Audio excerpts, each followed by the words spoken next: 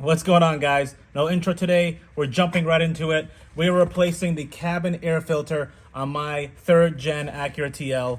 Let's just jump right into it and show you how to do it. It really is a really simple process. I've already disassembled it to show you what you're gonna look for, and you don't need to unplug anything. There's gonna be 2 push pins on the top of the glove box. You're gonna take the glove box itself, and you're gonna push in both sides, both walls, so you can expand it all the way. After you push the 2 pins, right down here, you're gonna have 2 10mm bolts, or you could just use a screwdriver. I just use a regular screwdriver to unscrew it. Once you get the 2 bolts and the 2 pins, you're really gonna wiggle this thing out. It's gonna take a little bit of force, but just take your time, and you're just gonna be able to pop it right off. Again, you don't need to unplug any of these wires, but for demonstration purposes, it's easy to get to and see. And the cabin filter is right here. There's 2 tabs on each side. You're gonna push in and pull the whole housing out. And just like that, we have our dirty old cabin filter. This thing is absolutely filthy. Ugh. And again, always love doing a side-by-side comparison.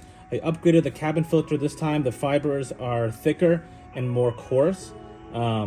Again, I will link the cabin filter in the description below so you guys can grab one yourself. And just to be safe, we want the airflow arrow pointing downwards.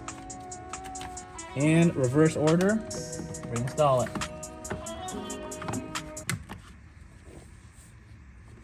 And for demonstration purposes, I'm going to reinstall the glove box just so you guys know what to do.